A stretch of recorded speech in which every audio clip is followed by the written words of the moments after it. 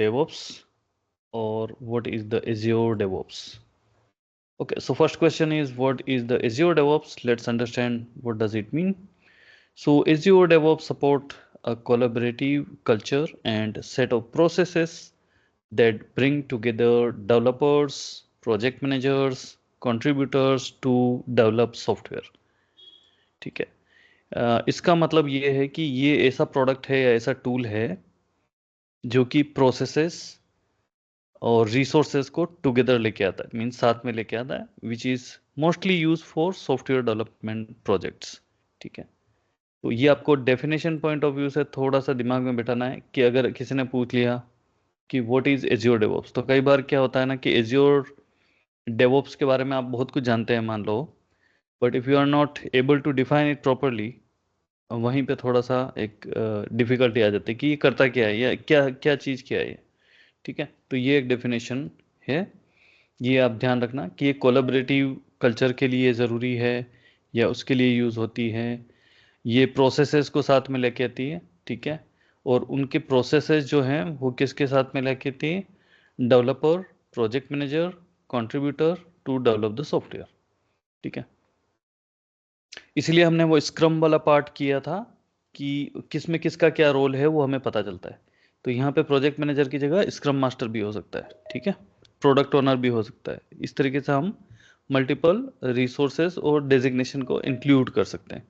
आप कुछ भी बोल देंगे कि अगर डेवॉप्स ऐसा टूल है जो प्रोसेसेस और रिसोर्सेज जिसमें डेवलपर है, प्रोजेक्ट मैनेजर है, स्क्रम मास्टर है, प्रोडक्ट ओनर है, कंट्रीब्यूटर है, उनको साथ में लेके आती है फॉर द सॉफ्टवेयर डेवलपमेंट, तो भी वो सही होगा।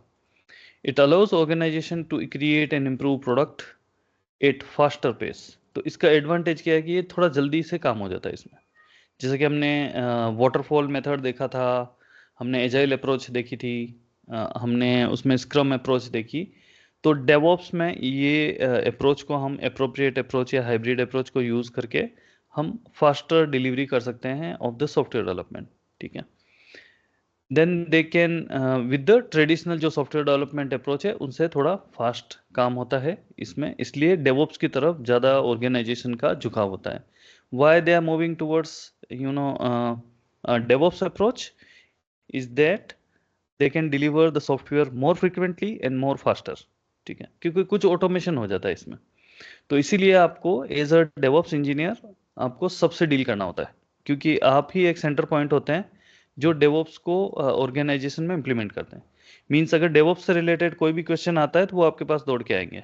If you are a DevOps engineer then you are the one to catch for anything related to DevOps. तो डेवॉप्स में इसीलिए चाहे वो डेवलपर को प्रॉब्लम आ रहा होगा डेवॉप्स से रिलेटेड, या प्रोजेक्ट मैनेजर को कुछ जानना होगा या समझना होगा, या स्टेक होल्डर आपका जैसे एज्योर इंजीनियर को कुछ समझना होगा, या कोई और थर्ड पार्टी इंटीग्रेशन के पॉइंट ऑफ व्यू से उनको समझना होगा, दे विल अप्रोच यू। तो then you have to understand their language. Okay, तो बहुत सारा इसमें डेफिनेशंस या इंफॉर्मेशन होता है जिसको हमें गो थ्रू करना होता है। You can work in the cloud with azure DevOps services. तो अब ज़्यादातर वैसे आपको यही मिलेगा, एज्योर डेवॉप्स सर्विसेज। इसका एक ऑन प्रीमाइस वर्जन भी आता है जिसको एज्योर डेवॉप्स सर्वर बोलते हैं। तो most rare of rarest chance है जहाँ सिक्योरिटी ज़्यादा टाइटन हो या ऐसा हो कि वो सर्विस यूज़ नहीं करना चाहते, उनका बजट वगैरह अच्छा हो, तो उस केस में वो डेवॉप्स सर्वर में जा सकते हैं, क्योंकि ये फिर डेटा सेंटर में रन कर रहा होगा उनके। तो ये ऑप्शन भी अवेलेबल है, एज्योर डेवऑप्स सर्वर या एज्योर डेवऑप्स सर्विस। तो एक चीज सीख लोगे तो सब समझ में आ जाएगा। ऐसा नहीं है कि ये इसमें कुछ अलग है, इट इज एग्जैक्ट सेम। बस ये है कि ये आपके ऑर्गेनाइजेशन में किसी सर्वर पे रन कर रहा होगा और ये क्लाउड पे रन कर रहा है, दैट्स इट। ठीक है, Azure DevOps provide integrated features that you can access through your web browser or IDE client। तो ये आपके वेब ब्राउज़र के थ्रू आप इसको इजीली एक्सेस कर सकते हैं। IDE क्लाइंट का मैंने आज तक यूज़ नहीं किया है, तो कोई ज़रूरत नहीं पड़ती ऐसी। You can use all the services included with the Azure DevOps or choose just what you need। तो इसमें कौन कौन सी सर्विसेज है वो देख लेते हैं। इनमें से कोई सी भी सर्विस आप यूज़ कर सकते हैं जो आपको रिक्वायर हो। ठीक है, जहां पे आपको जो सर्विस की जरूरत होगी आप उस सर्विस को यूज कर सकते हैं इनमें से। तो एक आपकी जैसे सर्विस है एज्योर बोर्ड, ठीक है। एज्योर बोर्ड आपकी एक सर्विस है, उसको आप यूज़ कर सकते हैं। इसका डिस्क्रिप्शन ये है कि ये डिलीवर करता है suite of agile tools to support planning and tracking work. अभी आपका डेफिनेशन के पॉइंट ऑफ व्यू से ये बहुत अच्छा पेज है।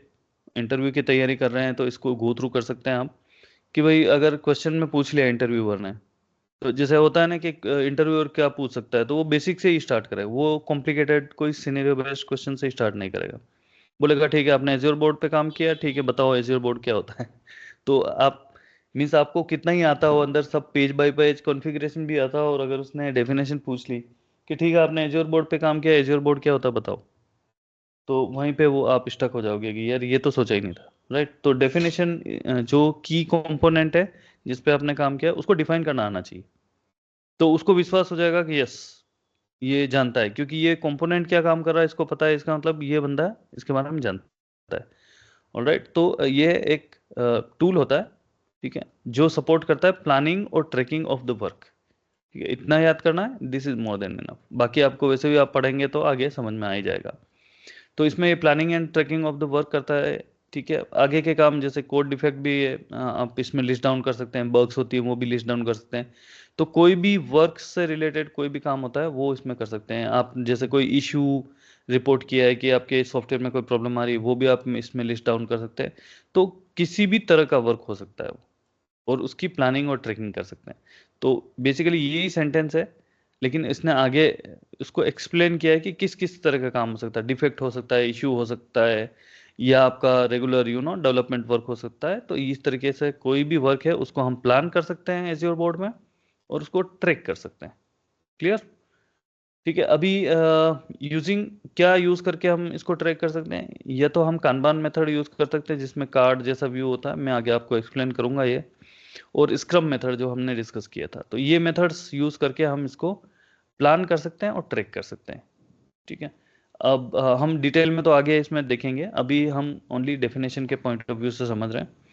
फिर सेकंड कंपोनेंट इसमें आता है एजियो डेवॉप्स में, वो है आपका एजियो रिपोज या रिपोजिटरी, मतलब हम रिपोज शॉर्ट फॉर्म है तो रिपोज यहाँ यूज किया है। तो ये क्या करेगा, ये गिट रिपोजिटरीज या टीएफएस के साथ काम करता है, टीएफवीसी के साथ। या तो टीएफवीसी टीम फाउंडेशन वर्जन कंट्रोल होता है, और एक हमारा गिट वर्जन कंट्रोल होता है, ठीक है। तो गिट वर्जन कंट्रोल हमारा डिस्ट्रीब्यूटेड वर्जन कंट्रोल है, ये सेंट्रलाइज वर्जन कंट्रोल होता है, ठीक है, यही अंतर है। और टीम फाउंडेशन आपको रेयरली कहीं देखने मिलेगा, वेरी रेयर ना हो, कोई अगर पुराना कोई यूज कर रहा हो तो ठीक है, बाकी सारे गिट पे मूव हो गए क्योंकि ये बहुत ही रोबस्ट सिस्टम है, ठीक है। तो ये इंफॉर्मेशन आपको पता होनी चाहिए कि ये कौन कौन से यूं इस पे काम कर सकता है। Just for the information, TFS कोई टीएफवीसी कोई पूछेगा नहीं वैसे। For source control to your of your code, ठीक है। तो सोर्स कंट्रोल के लिए हम एज्योर रिपो यूज करेंगे जो बेस्ड है गिट रिपोजिटरी पे या टीएफवीसी पे, ठीक है। फिर नेक्स्ट कंपोनेंट जो कोर कंपोनेंट है, ये सारे कोर कंपोनेंट है, मीन्स इनके बारे में हम आगे जानने वाले हैं, ऐसा नहीं कि मैं ये पढ़ा के आपको फिनिश कर दूंगा। तो एज्योर पाइपलाइन ये क्या चीज होती है, provides build and release services, ठीक है। अगर आपको कोई सॉफ्टवेयर बनाना है तो सॉफ्टवेयर की कोडिंग तो आपका कोडर कर लेगा, ठीक है। मान लिया उसने कोडिंग कोडर ने कर ली, फिर वो जो आपका जैसे गिटहब है पे चढ़ाना है या एज्योर रिपो पे चढ़ाना है, जो अपना रिपोजिटरी है वो बनाना है, वो सारा काम वो करके देंगे आपको, वो एप्रोप्रिएट ब्रांच में सब कुछ डाल के आपको दे देंगे। यहाँ से आपका काम स्टार्ट होता है, ठीक है। रिपो में आपका काम ओनली इतना ही होता है कि आप उसको देख पाएं कि कौन सी ब्रांच है वगैरह, क्योंकि ये अगर आप एज्योर रिपो यूज कर रहे हैं या गिटहब रिपो यूज करें, कॉन्फ़िगरेशन के पॉइंट ऑफ व्यू से इस पे काम करना है, इससे ज्यादा कोई आपका इसमें एज्योर रिपो में काम नहीं है। एज्योर पाइपलाइन पे आपका मेन काम होता है, ठीक है।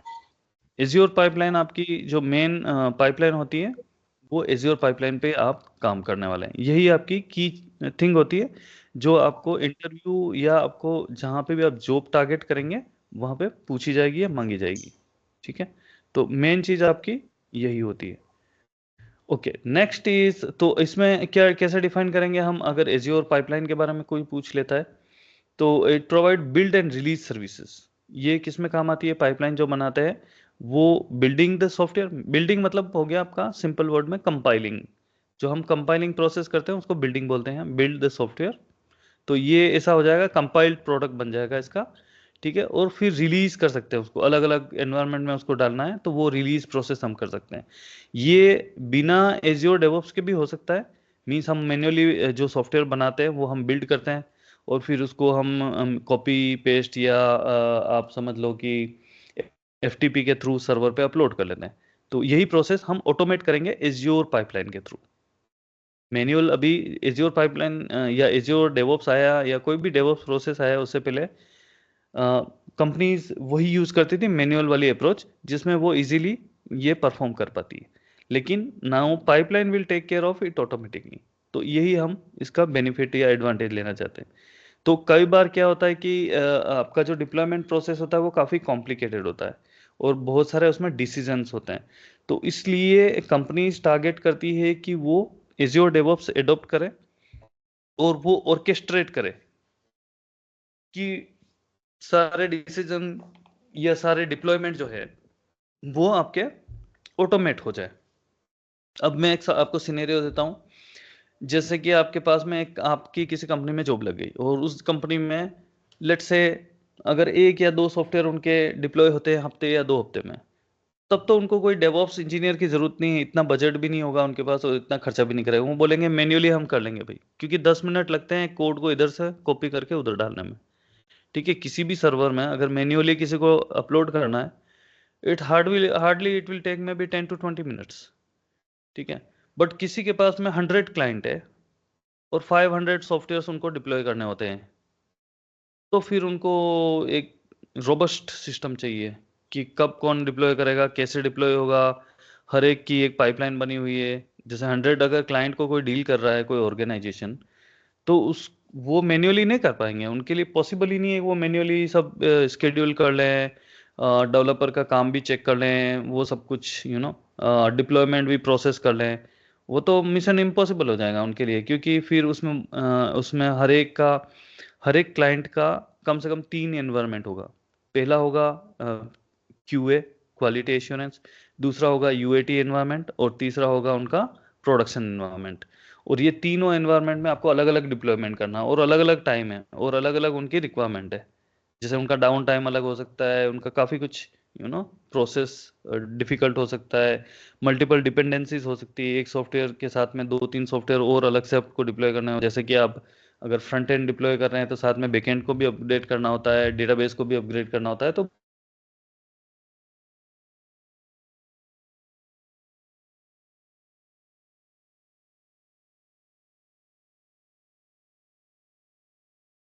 ये वाला प्रोसेस जो है ये काफ़ी इंपॉर्टेंट है, या आपके डेवऑप्स इंजीनियर का सबसे ज़्यादा इंटरव्यू क्वेश्चंस यहीं इसके अराउंड होंगे। ठीक है, बोर्ड के अराउंड होंगे। पहला प्रोडक्ट ये होगा, दूसरा प्रोडक्ट ये होगा। रिपो में इतना बड़ा सब्जेक्ट नहीं है तो इजीली आप कवर कर पाएंगे, पर बोर्ड और एज्योर पाइपलाइन ये दो चीज़ में आपकी ज़्यादा एम्फेसिस रहेगा। ठीक है, इंटरव्यू के पॉइंट ऑफ व्यू से भी और वर्क लाइफ के पॉइंट ऑफ व्यू से भी। तो अभी आप यहाँ पाइपलाइन बनाएंगे तो ये बिल्ड एंड रिलीज सर्विसेज में काम आएगी टू सपोर्ट कंटिन्यूअस इंटीग्रेशन। ठीक है, जब हम कंटिन्यूअस इंटीग्रेशन की बात करते हैं इसको शॉर्ट फॉर्म में सी आई बोलते हैं। तो आपने सुना होगा, अगर पहले कभी सुना होगा एज्योर डेवऑप्स किस में काम आता है, तो इसमें हम सी आई सी डी पाइपलाइन बना सकते हैं। तो सी आई का मतलब होता है कंटिन्यूअस इंटीग्रेशन। कंटिन्यूअस इंटीग्रेशन का मतलब होता है कि हम जो प्रोडक्ट को बिल्ड करते हैं उसी को कंटिन्यूअस इंटीग्रेशन बोला जाता है। कि आपका प्रोडक्ट रिलीज हुआ, जैसे डेवलपर ने डेवलप किया, उसको मर्ज किया मेन ब्रांच में और फिर आपकी रिपो में उसने डाला, जैसे ही रिपो में डाला ये बिल्डिंग प्रोसेस स्टार्ट होना चाहिए। तो इसको हम बोलते हैं कंटिन्यूअस इंटीग्रेशन। कि डेवलपर को कुछ नहीं करना है, डेवलपर खाली ब्रांच में डालेगा, ऑटोमेटिक ये सब चलना चाहिए। ये एक ऑटोमेशन है एक तरीके से। तो इस प्रोसेस को हम बोलते हैं C I part, continuous integration. And delivery part जो है, या कंटिन्यूअस डिलीवरी जिसको बोल सकते हैं, कंटिन्यूअस यहाँ से लेंगे, डिलीवरी यहाँ से लेंगे, सी डी जिसको बोलते हैं। ठीक है, तो कंटिन्यूअस डिलीवरी, तो ये होता है रिलीज सर्विसेज। ठीक है, इसका मतलब क्या हुआ कि जो डिलीवरी हम कर रहे हैं या जो प्रोडक्ट फाइनली आपके सर्वर पे डिलीवर हो रहा है, डिलीवरी का मतलब ये से समझिए कि एक ये पैकेज है जो आ रहा है और जो सर्वर रिसिपिएंट है, जैसे हमारी नॉर्मल घरों में डिलीवरी होती है उसी तरीके से, तो हमारा सर्वर वेट करता रहेगा कि नया अपडेट आएगा, तो वो अपडेट हम डिलीवर कर रहे हैं बेसिकली सर्वर को, तो दैट इज कॉल्ड, हम नॉर्मल लैंग्वेज में इसको रिलीज भी बोल सकते हैं, we are releasing new version of our software to the server. और डेवऑप्स के पॉइंट ऑफ व्यू से हम इसको कंटिन्यूअस डिलीवरी बोल सकते हैं, कि ये डिलीवरी भी ऑटोमेटिक हो जाए। जब ये बिल्डिंग ऑटोमेटिक हो जाती है तो ये एक पाइपलाइन बन जाएगी कि पहले बिल्ड होगा फिर रिलीज होगा, तो ये कंटिन्यूअस हमारे अलग अलग एनवायरनमेंट में हम कॉन्फ़िगर कर सकते हैं। ठीक है, फिर नेक्स्ट जाते हैं एजियोर टेस्ट प्लान। तो ये प्रीमियम वर्जन में ही मिलेगा आपको, जिसमें आप टेस्टिंग के भी कुछ इंक्लूड कर सकते हो, जैसे टेस्ट शूट बना सकते हो, टेस्ट प्लान बना सकते हो, बट बेसिक टेस्टिंग हम वैसे भी हमें फ्री वर्जन में भी मिल जाती है, तो हम टेस्ट की टास्क वगैरह कैसे बनेंगी वो देख लेंगे। Provide several tools to test your application, ठीक है, इंक्लूडिंग मैनुअल और एक्सप्लोरेटरी टेस्टिंग, ठीक है। तो दोनों तरीके की टेस्टिंग ये सपोर्ट करेगा, मैनुअल वाली जिसमें आप मैन्युअली कंफर्म करेंगे, और एक्सप्लोरेटरी टेस्टिंग अगर कोई बग आप फाइंड आउट करते हैं तो वो भी आप रिपोर्ट कर सकते हैं।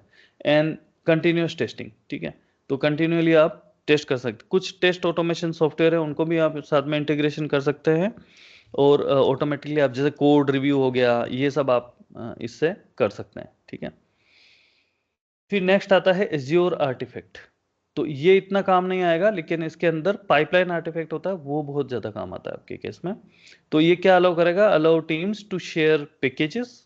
तो ये जैसे पैकेज सर्विस होती है, मावेन होता है ना, एनपीएम होता है, नेट होता है, तो ये जो पैकेजिंग सर्विसेज हैं, अगर आप चाहते हैं कि ये कोई वर्जन आपका मावेन से पिक कर रहा है या एनपीएम से पिक कर रहा है और आप वहाँ से रन नहीं करें, आप चाहें कि आपका लोकली वो पैकेज अवेलेबल हो और लोकल सर्वर से आपका वो पैकेज फेच हो जाए, तो आप इसको एज्योर आर्टिफैक्ट में स्टोर कर सकते हैं, ठीक है।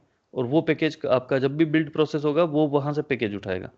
तो इसका एक एडवांटेज ये है कि आपका आर्टिफैक्ट या आपका जो पैकेज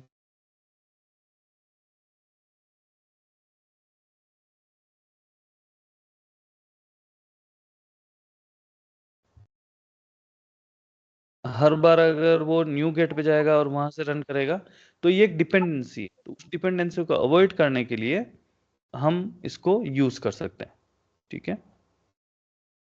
ऑल राइट, सो ये हो गया अपना ये तो ये कहाँ पे है, ये and more public and private sources.